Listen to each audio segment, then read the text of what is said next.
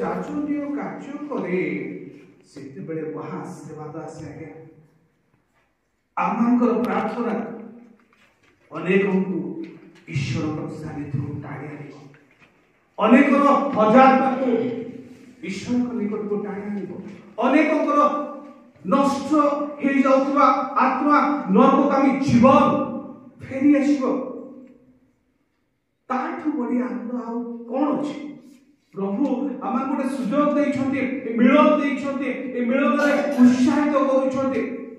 ଆମେ ପ୍ରଭୁଙ୍କର ଯୋଉ ଉତ୍ତମ ବିଷୟକୁ ପ୍ରାପ୍ତ ହେଇଛୁ ତାକୁ ଅନ୍ୟମାନଙ୍କ ନିକଟରେ ପ୍ରଦର୍ଶନ କରିବା। ପ୍ରକୃତରେ ମାନେ କହୁଥିଲେ ମତେ ଭାରି ଭଲ ଲାଗୁଥିଲା ଯେ ଆମେ ଓଡ଼ିଶାର ବିଭିନ୍ନ ଜିଲ୍ଲାରୁ କିଏ କାହାର ସମ୍ପର୍କ ନାହିଁ, କିନ୍ତୁ এই ଜୁମ୍ ମାଧ୍ୟମରେ ଏକ ଖ୍ରୀଷ୍ଟଙ୍କର ଆଦର୍ଶରେ ଅନୁପ୍ରାଣିତ ହୋଇ ଖ୍ରୀଷ୍ଟଙ୍କର ଏକତା ଭିତରକୁ ଆସିଛୁ ଏବଂ ସମସ୍ତେ ମିଳିମିଶିକିରି ଗୋଟି ଆସିଛୁ। ଏହା ଏକ ଆନନ୍ଦର ବିଷୟ।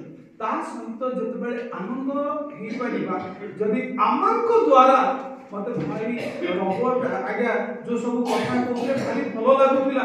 ସିଏ ବଡ଼ପଦା ତାଙ୍କ ବାପା ରହୁଛନ୍ତି ନବରଙ୍ଗପୁରରେ, କିନ୍ତୁ ସେ ଏଠିକି ଆସିକିରି କାର୍ଯ୍ୟ କରିଛନ୍ତି। ବିଭିନ୍ନ ସ୍ଥାନରୁ ପ୍ରଭୁ ଆମକୁ ନେଇକି ଏକତା ଦେଇଛନ୍ତି। ଏକତାର ମୂଳ ଲକ୍ଷ୍ୟ ହେଉଛି ଖ୍ରୀଷ୍ଟଙ୍କର ଶରୀର ରୂପ ମଣ୍ଡଳୀର ଅଂଶ ବିଶେଷ ହେଉ ହେଉ ଅନ୍ୟମାନଙ୍କୁ ମଧ୍ୟ ସେଥିରେ ସଂଯୁକ୍ତ କରେ। এইটা ହେଉଛି ଅନ୍ୟମାନଙ୍କ ପାଇଁ ବୋଝଗ୍ରସ୍ତ ହେବା। ଭାଇ କହୁଥିଲେ ଓ ରାସ୍ତା କଡ଼ରେ ମଧ୍ୟ ଟିକେ ପ୍ରାର୍ଥନା କରିବା, ଅନେକ ହଜାର ପଡ଼ି ରହିଛନ୍ତି, ସେମାନଙ୍କର ଜୀବନ ନଷ୍ଟ ଆଡ଼କୁ ଯାଉଛି। ସେମାନଙ୍କର ଜୀବନ ପ୍ରଭୁ ଆମକୁ ଆଶୀର୍ବାଦ କରନ୍ତୁ।